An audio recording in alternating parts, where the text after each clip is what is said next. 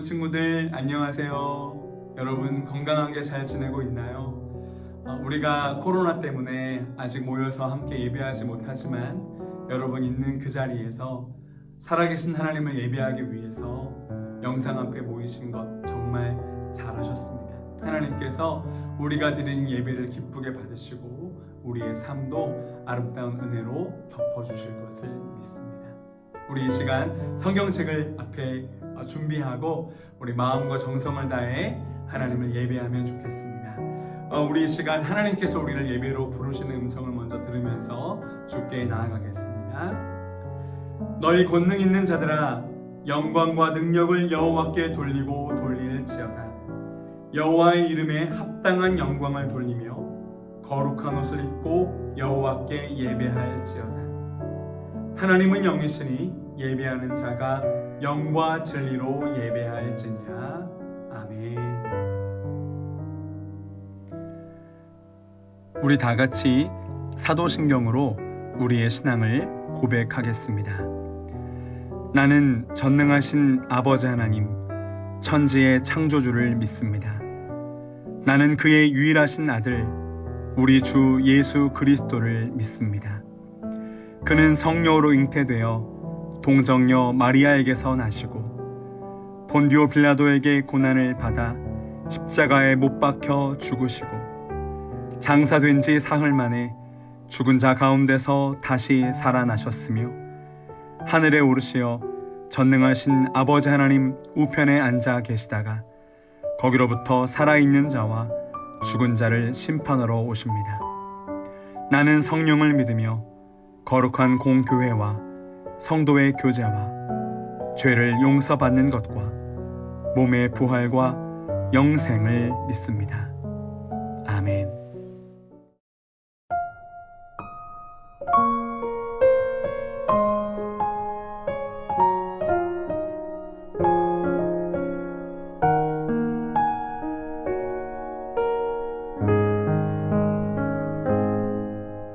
말씀 앞에서 경외함으로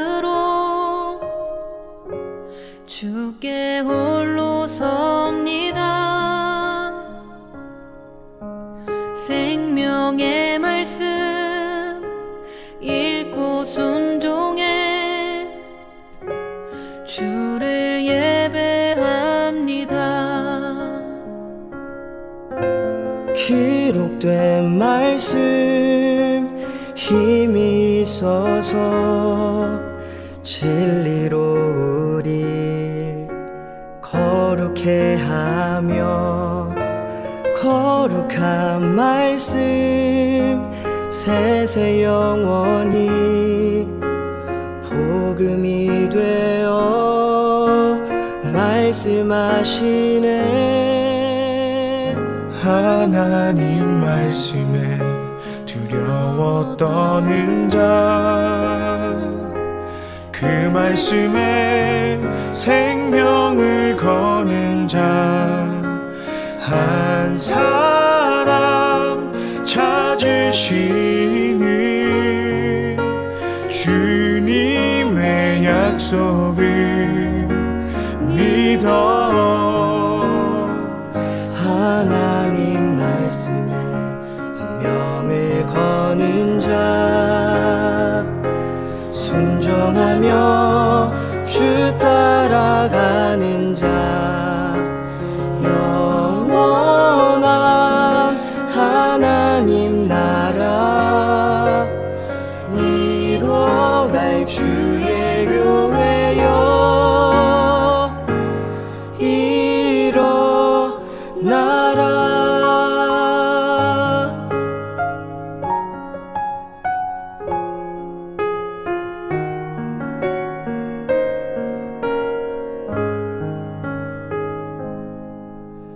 말씀 앞에서 경외함으로 주께 홀로 섭니다. 생명의 말씀 읽고 순종해 주를 예배합니다. 기록된 말씀 힘이 있어서 진리로 우리 거룩해 하며 거룩한 말씀 세세 영원히 복음이 되어 말씀하시네. 하나님 말씀에 두려워 떠는 자, 그 말씀에 생명을 거는 자, 한 사람 찾으시는 주님의 약속을 믿어. 하나님 말씀에 명을 거는 자, 순종하며 주 따라가는 자, 영원한 하나님 나라 이뤄갈 주의 교회여 일어나라. 주 말씀은 우리를 구원에 이르는 지혜이니 목숨과 내 뜻 다해 그 말씀에 복종하라. 하나님 말씀에 두려워 떠는 자, 그 말씀에 생명을 거는 자, 한 사람 찾으시는 주님의 약속을 믿어. 하나님 말씀에 운명을 거는 자, 순종하며 주 따라가는 자, 영원한 하나님 나라 이뤄갈 주의 교회여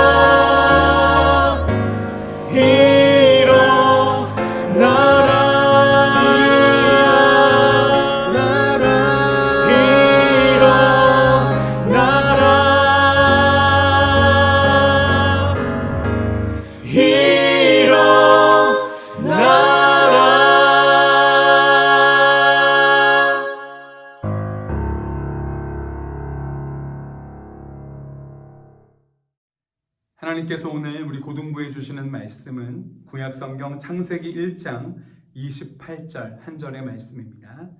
창세기 1장 28절 말씀 목사님이 봉독하겠습니다. 하나님 말씀을 경청하십시오. 하나님이 그들에게 복을 주시며 하나님이 그들에게 이르시되 생육하고 번성하여 땅에 충만하라. 땅을 정복하라. 바다의 물고기와 하늘의 새와 땅에 움직이는 모든 생물을 다스리라 하시니라. 이것은 하나님의 말씀입니다. 아멘. 여러분, 요즘 우리 인터넷 또 신문이나 뉴스에 가장 많이 등장하는 기사가 어떤 게 있습니까? 물론 연예면에 우리나라 방탄소년단 BTS가 그 미국의 빌보드 차트 탑 100, 그거 정말 전 세계에서 가장 유력한 그런 노래 인기 차트인데 거기서 1위를 했다는 사실. 정말 너무 믿겨지지 않고 너무 기쁘더라고요. 정말 기분 좋았어요. 특히 그 노래 다이너마이트. 정말 신나고 세련되고 좋더라고요. 목사님도 그 노래 들으면서 쉬기도 하고 했는데 참 좋았어요. 근데 그런 연애 같은 기사 말고요, 가장 많은 지분을 차지하고 있는 뉴스가 있죠. 두 가지로 볼 수 있을 것 같은데, 첫 번째는 코로나19 확진자의 수가 계속 줄지 않고 있다. 물론 조금 약간씩 줄긴 하지만 여전히 위협적이죠. 또 하나는 계속해서 끊이지 않고 있는 태풍 소식이에요. 바비로부터 시작해서 마이상, 그리고 지금도 북상하고 있는 하이산까지. 여러분, 얼마 전에 부산에서 너무 그 바람이 너무 많이 부는 새벽에 어떤 60대 할머니가 집에 유리 창문이 깨질까봐 거기에 창문에다가 테이프를 바르시다가 유리가 깨진 거예요. 그래서 정말 그 왼쪽 손목과 오른쪽 팔뚝이 베어서 피를 너무 많이 흘리셨어요. 그래서 병원에 이송하는 도중에 글쎄 돌아가신 일이 있었어요. 여러분, 이게 참 믿겨지지 않는 이야기인데 이런 60대 할머니 이야기 모두 여러분 들어보셨죠? 그런데 우리가 확인하고 알아야 되는 사실은 이 코로나19의 위협과 또 이 태풍 모두 우리가 살고 있는 이 지구 환경의 파괴와 연관이 되어 있다는 거예요. 지금 우리는 결국 우리가 오로지 돈을 더 벌기 위해서 더 많은 것들을 갖고 더 높이 성장하고 더 효율을 유지하기 위해서 무분별하게 파괴했던 자연 환경과 생태계가 주는 역습의 결과를 맞이하고 있다는 거예요.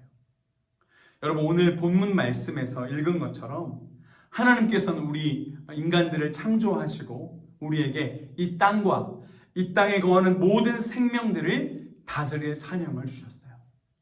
여기서 다스리라 하는 뜻은요, 그냥 우리가 독재자가 누구 어떤 민족을 다스리는 것 같은 그런 다스리라는 것이 아니고, 하나님께서 그의 백성인 우리들을 끝까지 사랑하시고 아끼시고 보호하시고 복 주시는 것처럼 우리도 이 땅을 하나님의 그 마음을 품고 아끼며 보호하며 복되게 하라 하신 거예요. 그런데 사람이 죄로 인해서 이 하나님의 형상이 파괴되면서 파괴되고 왜곡되면서 이 땅 지구를 잘 다스리기는커녕 오히려 우리의 이익을 위해서 그 위에 군림했죠. 마구 다루었죠. 우리는 돈과 성장과 우리의 편안함, 우리의 더 많은 것을 갖는 그 소유를 위해서 지구를 너무 우리 마음대로 혹사시켰어요. 그로 인해서 지구는 심각하게 파괴되었고 결국 그 파괴가 쌓이고 쌓여서 결국 지금의 극심한 지구 온난화 현상을 초래하게 되었다는 거예요. 지구가 열로 끓는 거예요. 여러분, 요한계시록 8장에도 보니까요, 이 지구가 다 말라 비틀어지고 불타서 없어져 버린다, 그런 말씀이 있더라고요. 여러분, 지구 온난화 현상 들어보셨죠? 여러분, 불과 얼마 안 됐어요. 지금으로부터 한 150년 정도 전 우리 19세기 초에 산업혁명이 일어나면서 많은 것들을 생산하기 위해서 공장들이 세워지죠. 여러분, 근데 그 공장이 무엇으로 돌아갑니까? 어떤 에너지로 돌아가요? 이 에너지, 이것을 얻기 위해서 사람들이 화석연료를 캐내어 쓰기 시작했어요. 여러분, 이 화석연료가 뭡니까? 아주 오랜 세월 동안, 억겁의 세월 동안 땅속에 보관되어 있던 석탄과 석유와 가스, 이런 것들을 빼내 쓰기 시작한 거예요. 우리가 석유와 석탄을 빼가지고 그거를 떼면서 이제 에너지를 얻게 되죠. 전기를 얻게 되죠. 또 그것으로 수많은 생산을 했잖아요. 그런데 이렇게 화석연료인 석탄과 석유와 가스를 태워서 에너지를 얻을 때 자연 발생적으로 일어나는 것이 있는데 그것이 바로 탄소예요. 탄소라고 하는 거, 우리가 숨을 내쉴 때 이산화탄소가 나오는 것처럼 거기에 그 탄소, 우리가 그것을 온실가스라고 부르죠. 산업 발전을 위해 필요한 에너지를 생산하기 위해서 화석연료를 계속해서 무분별하게 사용했는데 거기서 나오는 이 온실가스가 기하급수적으로 발생하게 된 것이죠. 물론 이 탄소는 어느 정도 발생하면 지구가 감당을 할 수 있습니다. 자연적으로 정화가 될 수 있기는 하나 지금은 화석연료를 사용하는 양이 이미 어떤 감당이 안 될 만큼 도를 넘어섰고, 또 다른 이유는 사람들이 이러한 자연 정화를 할 수 있게 만들었던 지구의 심장들 있잖아요. 브라질의 아마존이라든지 인도네시아의 어떤 많은 수풀림과 밀림들을 베어내고 파괴하고 마음껏 군림하면서 이제는 이 탄소의 양이 포화 상태에 이르는 거예요. 이 탄소가 쌓이고 쌓이면서 지구는 그야말로 너무 아파서 몸살 열병을 앓고 있는 거예요. 여러분, 이게 얼마나 심각한지 여러분 알고 있나요? 정말 이 의미는 너무 심각합니다.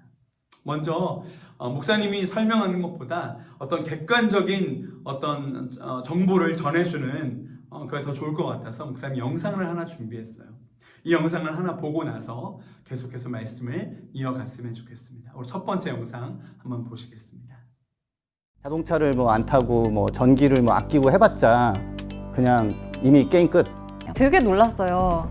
왜냐면은 사실 과학자들은 되게 진중해서 항상 확률로 말하거든요. 기후변화는 95% 이상의 확률로 인간 활동 때문이다라고 얘기하고 있는데 일반 사람들은 인간 때문이라는 응답률이 33%밖에 안 됐다라는 거예요. 이렇게 얘기하잖아요. 우리는 기후변화에 대한 심각성을 다 알지만 행동하지 않는다. 근데 저는 이 전제부터가 틀렸다고 생각해요. 우리가 정말 기후변화 심각성을 아나? 아직 6월밖에 안 됐는데 유럽 대부분 최악의 지역에 여름으로 난 114년 만에 알래스카도 30도를 넘어섰습니다. 40도까지 올라가면서 지구온난화로 인한 기후변화가 전 세계적 폭염의 주범으로 우리는 왜 기후변화를 심각하게 여기지 못할까요? 여러 이유가 있겠지만 하나만은 분명합니다. 변화가 잘 보이지 않기 때문이죠. 우리는 문제가 한눈에 보여야 조금은 심각성을 인지하곤 합니다. 그런데 기후의 변화는 어떻게 해도 잘 보이지 않습니다. 에어컨을 팡팡 튼 건물 속에서 매연을 뿜는 차 속에서 살다가 문득 고개를 올려다보면 그래도 비슷한 하늘.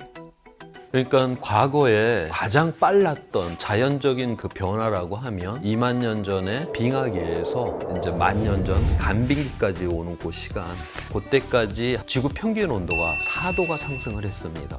그런데 우리가 100년에 1도를 상승을 했죠. 그 25배나 빠른 이러한 속도는 한 번도 견뎌본 일이 없는 경우예요. 억겁의 세월 동안 축적된 에너지를 품고 잠들어 있던 화석 연료. 이걸 꺼내 쓴다는 건 곧 지구의 시간을 당겨 쓴다는 걸 의미합니다. 인류는 그 에너지를 갖가지로 이용해 지구의 주인공이 되었지만 강제로 꺼내져 나온 탄소는 지구의 대기를 둘러싸고 빠져나가려는 태양 에너지를 막아내기 시작했습니다. 우리가 안전하게 배출할 수 있는 이산화탄소 양이 뭐 4,200억 톤이라고 해요. 근데 혹시 1년에 얼마씩 배출하고 있는지 아세요? 420억 톤. 그러면 10년 아니면 끝난다는 거예요, 이게. 그렇게 지구의 기온이 오르면 일단 원래 더운 곳은 더 더워집니다. 원래 추운 곳은 얼음이 녹고요. 이 정도로 끝이라면 기후변화는 그냥 북극곰만의 문제일 수도 있었을 겁니다. 정말 문제는 지구가 스스로 온도를 높이는 그게 키포인트예요. 북극 쪽이 다른 지역에 비해서 한 3배 정도 빠르게 온도가 상승이 돼요. 여름에 흰 티를 입었을 때보다 검은 티를 입었을 때가 훨씬 더운 것처럼 북극의 하얀 빙하가 녹아 어두운 바다가 되면 태양 에너지를 반사시키지 못하고 흡수해버리는 겁니다. 이렇게 고緯도와 저緯도의 기온차가 전보다 줄어들면 우리에게 무슨 일이 일어날까요? 바람을 통해 열을 분산시키는 지구의 조절 시스템이 예전 같지 않게 되면서 특히 요 사이에서 열을 이동시키는 바람, 제트기류. 이 제트기류가 느려지고 그러면 우리나라 같은 중위도 지역의 날씨는 좀처럼 순환되지 못하고 멈춰버리기도 합니다. 적당히 더워야 할 날씨가 폭염으로 번지고 미세먼지는 못 날아가서 눌러앉고 겨울은 심지어 더 추워지기도 합니다. 제트기류는 북극의 한기를 가둬두는 역할도 하는데 이 제트기류가 느슨해지다 보니 한기가 새어나오는 겁니다. 이렇게 극강의 사계절을 갖게 된 우리나라. 이것이 지구 평균 기온 단 1도가 오른 결과라는 사실. 한국에서만 해도 작년 여름에 폭염으로만 수십 명이 죽었습니다. 평균 온도가 올라간다는 의미는 이런 생존을 위협하는 극단의 위험 상황 역시 훨씬 잦게 찾아온다는 뜻입니다. 호주 국립기후보건센터 연구팀이 최근에 내놓은 보고서입니다. 지구온난화 위험에 대해서야 우리가 익히 들어왔습니다만 이번 보고서는 상당히 충격적인데요. 기후변화는 핵전쟁에 버금가는 위험 요인이기 때문에 전시체제에 준하는 자원 및 인원 동원체제를 갖춰야 한다. 이런 결론을 내리고 있습니다. 핵전쟁급으로 생각해야 된다? 예, 그렇습니다. 근데 그게 불과 2050년, 30년 뒤라고요? 이미 뭐 다 인정해요, 그건 상황은 대부분. 인식이 좀 전환됐어요. 한 작년 말부터 모든 사회 역량과 공업 역량을 이런 문제를 해결하는 쏟아 부어도 될까 말까 한 상황이다라고 지금. 이거 뭐 먹고 쓰고 뭐 버리고 하기 위해서 이제 지구가 필요한 면적들을 이제 매년 개선을 하게 되는데 2018년 기준으로 지구가 이미 1.7개가 필요해요. 우리 한국 사람처럼 살면 3.5개가 필요합니다. 원금을 까먹고 지금 살고 있는 것이거든요. 결국 뭐 이렇게 가면 언젠간 파산을 하게 되겠죠. 지금 이제 파산인 상황이고. 이제 많은 나라가 보이지 않는 적과 제대로 맞서 싸우기 시작했습니다. 최전선에는 다름 아닌 10대 아이들이 서 있습니다. 시작은 스웨덴의 16세 소녀 그레타 툰베리.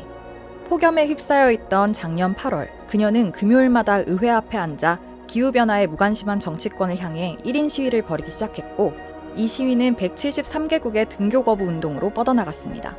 스웨덴을 비롯해서 유럽은 그래도 우리 기준에서 봤을 때 기후변화에 대해서 굉장히 적극적으로 대응하고 있는 나라잖아요. 그런데도 불구하고 부족하다라고 피켓팅을 했는데 그게 먹혔다라는 말이죠. 그런 상황에서 뭐 몰라 우리는 CO2 배출하고 뭐 그냥 할 거야라고 하는 것은 어떻게 보면 멍청한 오래 갈 수 있는 방법이 아니거든요.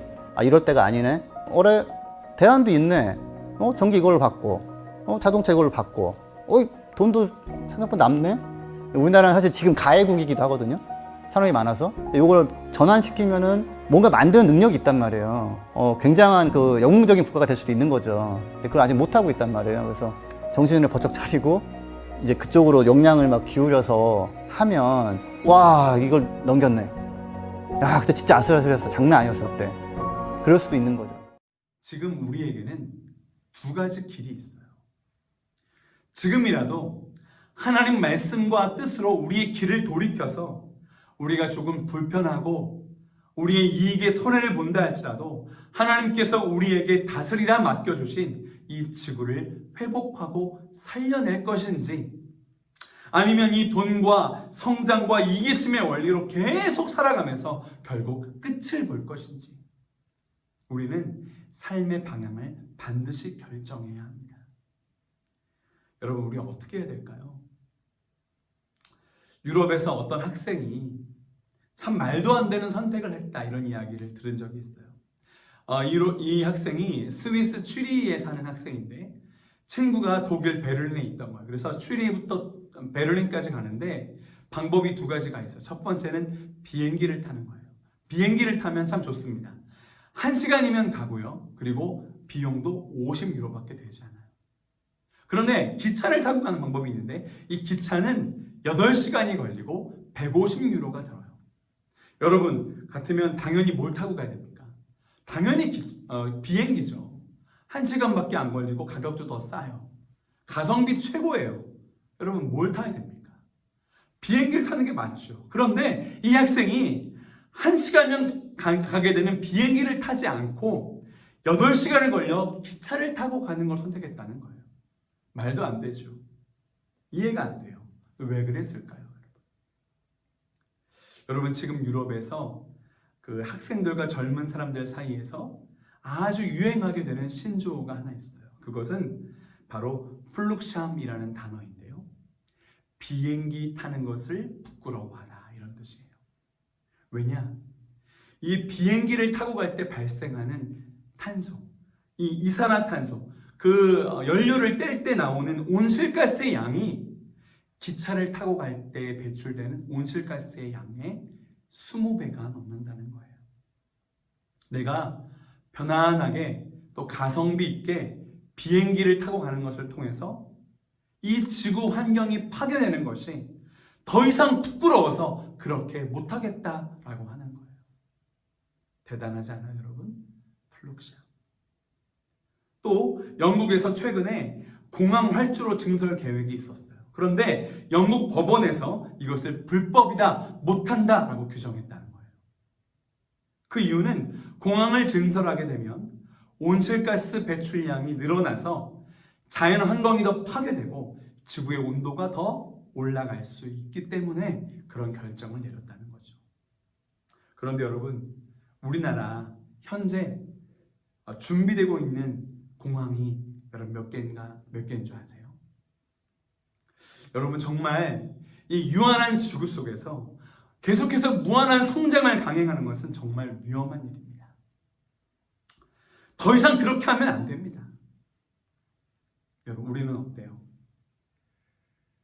석유와 석탄과 가스를 이용해서 에너지를 얻을 때 탄소가 발생하고 그로 인해 지구의 온도가 계속 올라가서 지구가 열병을 앓고 있는 지구온난화의 이 현실. 지구의 온도가 올라가면서 북극의 전 세계 에어컨 역할을 하던 북극의 동토가 녹으면서 이 얼음 덩어리 안에 오래도록 묶여있던 수많은 바이러스들이 이제 밖으로 나와서 창궐하게 되는 원리. 여러분, 코로나19 바이러스는 시작에 불과하다는 거예요. 이것이 수많은 과학자들과 전문가들이 예견한 문제이고 지금도 엄히 경고하고 있는 바예요. 목사님이 설교를 준비하면서 깜짝 놀라면서 발견한 하나가 있어요. 여러분, 우리가 지금 더더욱 심각해지는 코로나19 바이러스 때문에 사실은요, 비행기 타고 가는 그런 해외여행 꿈도 못 꾸고 있잖아요. 이게 혹시 이제는 우리 삶에서 무분별하게 온실가스를 마구 배출하는 그 일들을 더 이상 하지 못하게 하시기 위한 하나님의 단호한 메시지가 아닐까, 그런 생각을 하게 됐어요. 여러분 어때요? 하나님 나라 백성으로 살아가는 우리의 삶의 방식, 너는 이 땅과 이 땅의 모든 생물을 다스리라 말씀하신 그 하나님을 믿고 하나님의 통치를 받는 우리의 삶의 방식이 바뀌어야만 한다는 거예요. 여러분, 우리나라에도 다행히 이 변화를 위해서 길을 열어가고 있는 훌륭한 사람들이 있더라고요. 여러분, 누굴까요? 근데 이 사람들이 어른이 아닙니다. 바로 딱 우리 고등부 친구들과 똑같은 나이인 고등학생들이에요. 목사님도 이번에 발견했는데 청소년 기후행동이라는 청소년 단체가 있어요. 지금 우리나라 기후 정책과 법 개정을 위한 길을 이 단체에서 열어놓았어요. 그 훌륭한 친구들의 영상 또 하나 준비했는데 그 영상 보고 나서 계속 말씀을 이어가겠습니다. 지금 정부에서 나오는 많은 온실가스 감축 계획 그리고 에너지 기본 계획과 같은 기후변화를 막기 위한 정책들은 기후변화를 실질적으로 대응을 해보겠다는 의지가 전혀 보이지 않아요. 지금까지 우리나라의 온실가스 감축 계획은 2009년부터 2번이 설립이 되었는데 모두 전혀 지켜지지 않고 있어요. 그런 상태에서 정부에서 어떤 정책을 내놓으신다 한들 저희가 이제 믿기가 너무 어렵잖아요. 그래서 저희가 신뢰성 및 구체성도 빵점을 드리게 됐습니다. 정말 10년 후 미래를 저희 청소년들은 그릴 수가 없어요. 왜냐하면 지금 나온 기후변화 정책들로는 어떤 미래가 될지 정말 모르겠거든요. 그렇기 때문에 저희 청소년들은 너무나 절박하고 그 절실함을 정부와 정책 결정하시는 분들께서는 깨달아 주시고 지금 당장 행동하셨으면 좋겠어요. 저희가 요구사항이 내걸고 있는 큰 요구사항이 3가지가 있는데 저희 첫 번째 요구사항은 이제 지금 국내외에 지어지고 있는 신규 석탄 발전소 건설이 백지화되는 것이고요. 두 번째는 이제 그 2050년까지 재생에너지 100%로 전환이 이루어지는 거예요. 그리고 세 번째는 2050년까지 저희 사회가 탄소 중립, 즉 넷제로를 이루기 위한 입법화가 진행되는 거예요.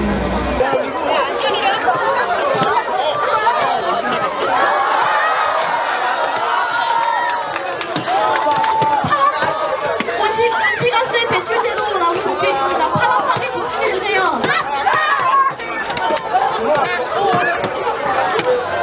다들 높이 석탄 그만. 온실가스 배출 제도.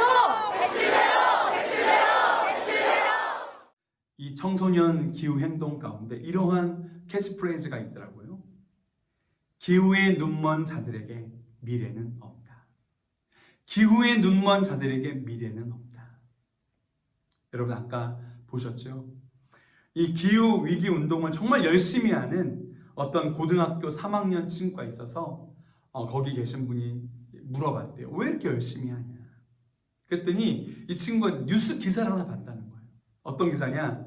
바깥에서 외부에서 일하시던 60대 건설 노동자 한 분이 이 폭염으로 인해서 사망하셨다는 기사였어요.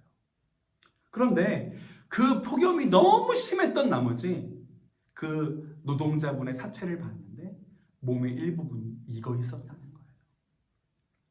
그 뉴스를 보면서 너무 두려웠대요. 왜냐하면 자기가 지금 고3인데 고등학교를 졸업하고 나서 내가 에어컨 빵빵하게 나오는 사무실에서 일하는 사무직 노동자가 될지, 아니면 정말 그 아저씨처럼 폭염이 장렬하는 외부에서 안전모를 쓰고 일하는 건설 노동자로 일하게 될지 모르는 일이라는 거예요.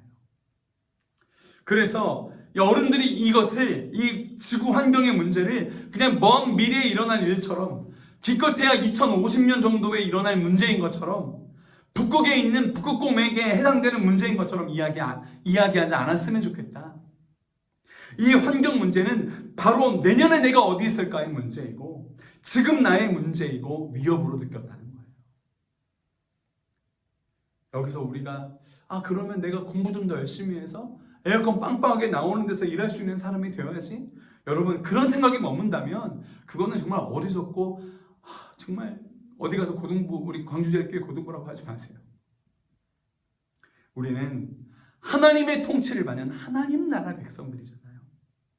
이 땅을 하나님 마음으로 다스리라 하시는 하나님 말씀에 순종해야 됩니다.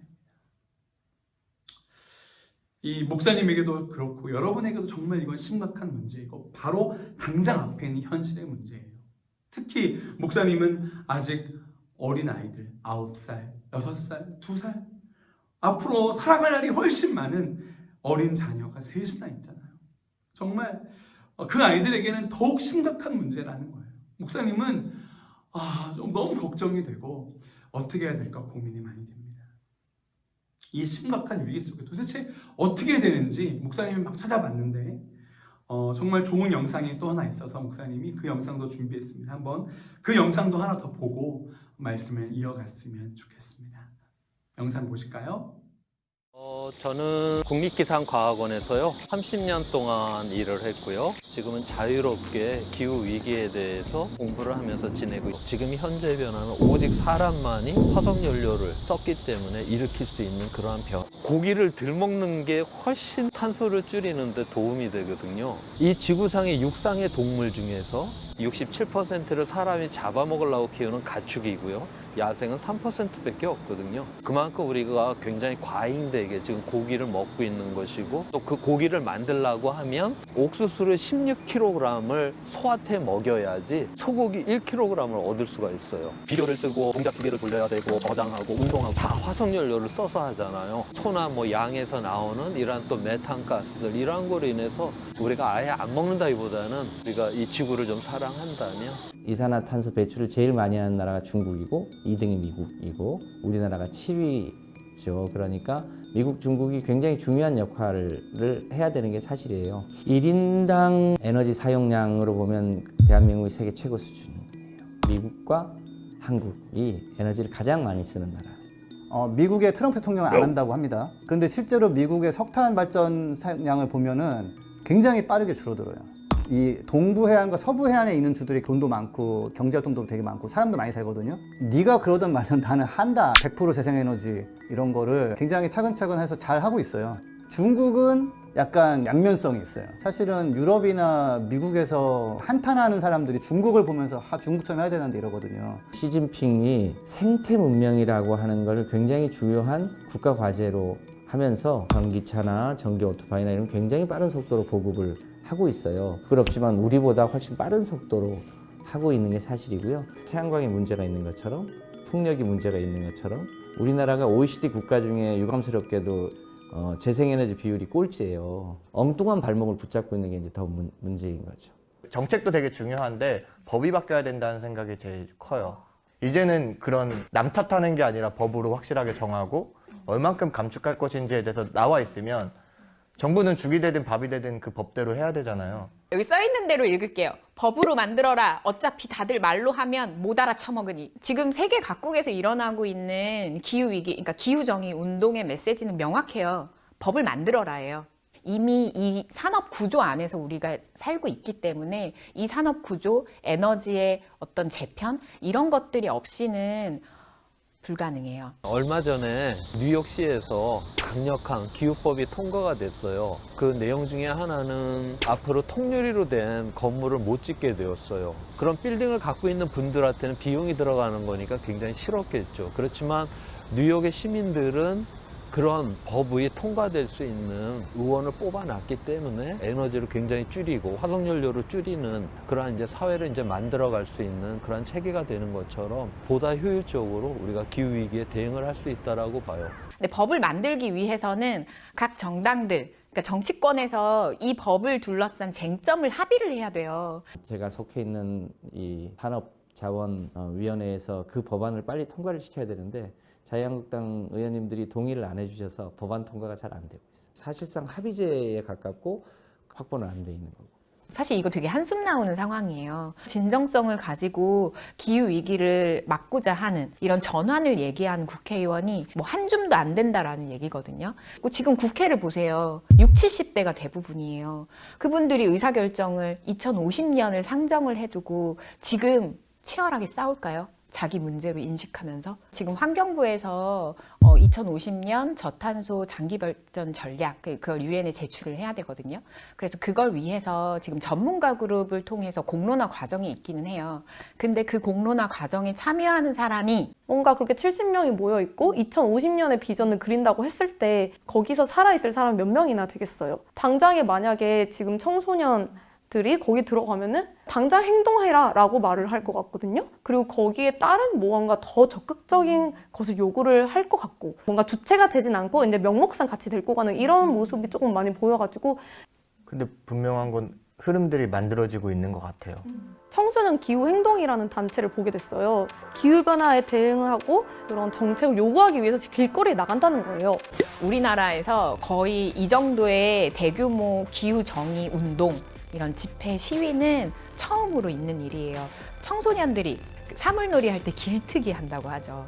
길은 너무나 부끄럽게도 아무 법적인 권한이 없는 선거권도 가지지 못한 청소년들이 먼저 열어놨어요. 네. 그리고 많은 청년 활동가와 많은 교육계의 선생님들이 함께 그 길을 열었고 뭐 할 수 있지 근데 하면 좀 작아지는 것 같고 가장 쉽게 실천할 수 있는 건 좀 떠들어야 된다고 생각해요. 저는 이 영상을 보시는 분들이 훨씬 더 예민해지시기를 바라고 있어요. 왜 날이 이렇게 덥지? 왜 가을에 태풍이 이렇게 많이 불기 시작했지? 왜 산업용 전기가 저런 값이지? 다른 국가에서 한국이 그만 투자했으면 좋겠다고 기자회견을 그 나라 국가에서 하게 만들지? 이런 것들을 예민하게 받아들여 주셨으면 좋겠어요.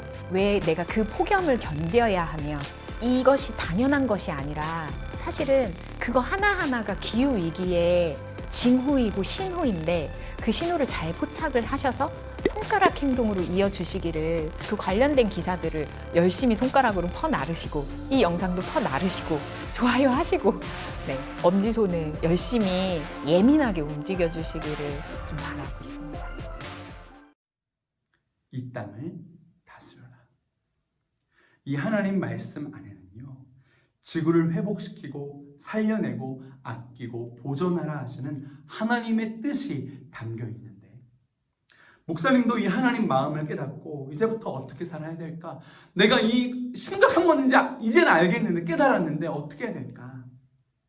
목사님이 일단 큰 결단과 삶의 변화를 고민하고 있어요. 목사님이 얼마 전에 플라스틱 쓰레기를 줄이기 위해서 텀블러 쓰는 일을 이제 시작하긴 했는데 앞으로 나는 평생 고기를 먹지 말자. 이건 좀 힘드니까 평생 쇠고기는 먹지 않도록 하자. 심각하게 고민하고 있고요. 차를 이제 곧 바꿔야 되는데 전기차로 바꿀 수 있으면 그렇게 바꿨으면 좋겠다. 한번 고민해보자.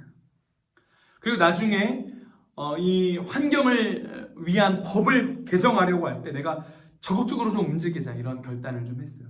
목사님은요, 우리 광주제일교회 고등부 식구들 중에서 이러한 환경을 위한 지구를 위한 법 개정을 이루는 국회의원도 좀 나왔으면 좋겠고요. 그거를 위해서 일하는 사람들이 좀 나왔으면 좋겠어요. 그리고 목사님의 아내도 고민을 하더라고요. 새 아이를 키우다 보니까 빨래가 너무 많아서 건조기를 좀 필요하다 이런 이야기를 많이 했거든요. 그런데 이 건조기가 그렇게 전기를 많이 소비한다는 거예요. 에너지를 많이 쓴다는 거예요. 전기를 얻기 위해서는 또 화석 연료를 태워야 되고 건조기를 사야 되나 말아야 되나 진지한 고민을 시작을 했습니다. 여러분 정말 어떻게든지 하나하나 이제 좀 실천을 해 나가 보려고 해요. 그리고 목사님은 이런 결단을 또 해서 앞으로 이 지구 환경을 향하신 하나님의 마음 계속해서 더 자주자주 설교하고 이야기해야겠다. 그렇게 결단했습니다. 우리가 지금부터 이 땅과 모든 생물을 다스리라, 아끼고 보존하고 복되게 하여라, 이 하나님 말씀에 정신 차리고 순종하는 삶을 결단하지 않으면, 작은 부분들 우리의 삶을 바꾸기 시작하지 않으면 우리가 지금까지 당연하게 생각했던 우리의 계절, 당연하게 생각했던 생활 방식, 환경, 우리가 사랑하는 당연하게 우리 옆에 있는 크고 작은 생물들, 당연하게 여겼던 먹거리들, 우리를 윤택하게 했던 산업이 위협에 빠져 사라져버릴 수도 있다는 거예요. 여러분, 하나님께서 우리에게 주신 이 지구가 심각한 위기에 봉착했습니다. 우리가 이 위기를 하나님 마음을 따라서 잘 극복하고 하나님의 치료의 은혜를 구하면서 우리의 삶을 하나하나씩 하나님의 뜻에 맞추어서 바꾸어 나가는 그런 의식 있는 행동들을 통해서 이 땅을 하나님 나라로 회복해 나가는 주의 백성들 되시기를 마음 다해 축복합니다.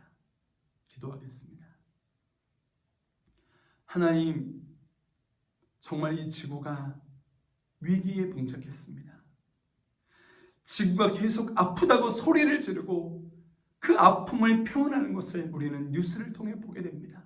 코로나19를 통해 몸에 체득하게 됩니다. 하나님, 어떻게 하면 좋습니까? 우리의 삶을 바꾸게 하시고 이 지구를, 이 땅을 잘 다스리라는 하나님의 말씀에 순종하기 시작하는 우리 고등부 공동체 식구들 되도록 인도하여 주옵소서. 우리가 이렇게 우리의 삶을 바꾸기 시작할 때 회복의 역사가 있게 하시고 치유의 역사가 있게 하시고 이 땅이 다시 하나님 창조하신 모습대로 회복되어지는 은총을 허락하여 주옵소서. 불편하고 손해볼 수 있지만 그 삶을 살아가는 우리 고등부 공동체 모든 식구들 될 수 있도록 주여 축복하여 주옵소서.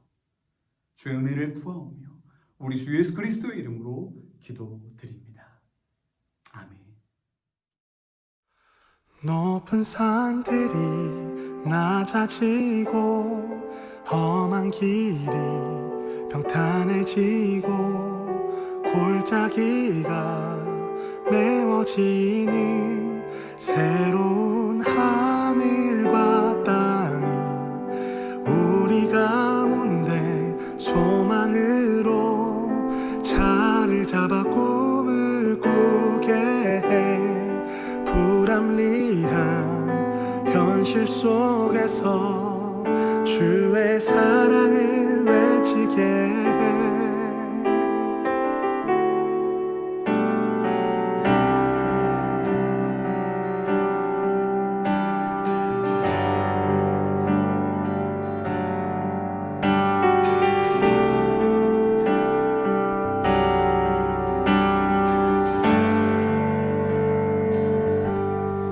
높은 산들이 낮아지고 험한 길이 평탄해지고 골짜기가 메워지는 새로운 하늘과 땅이 우리 가운데 소망으로 자리를 잡아 꿈을 꾸게 해.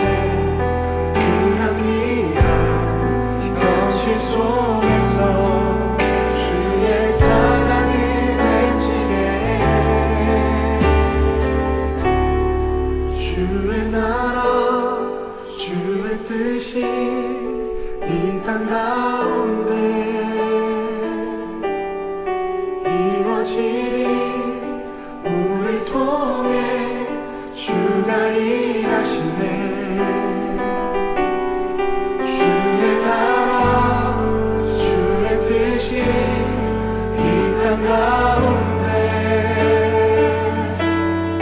이루어지리. 우리를 통해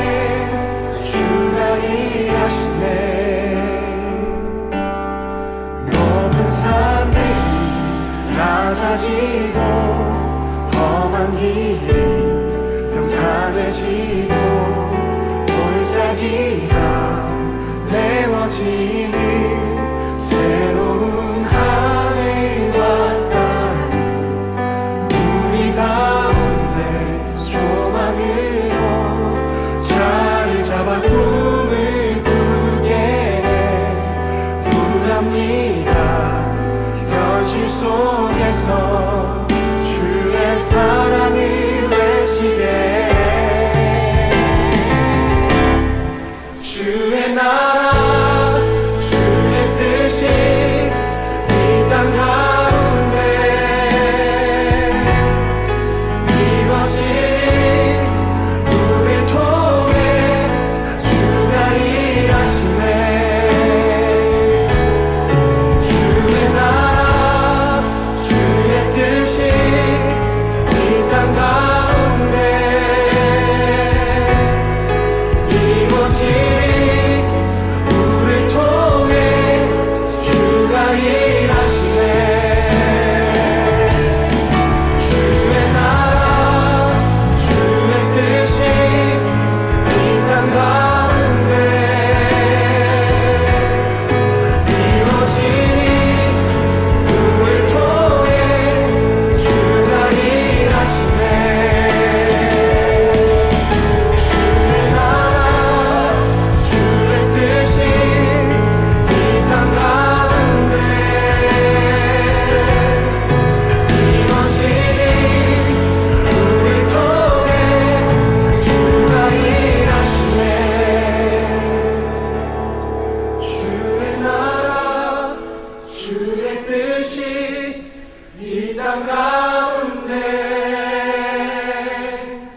이루어지니 우릴 통해 주가 일하시네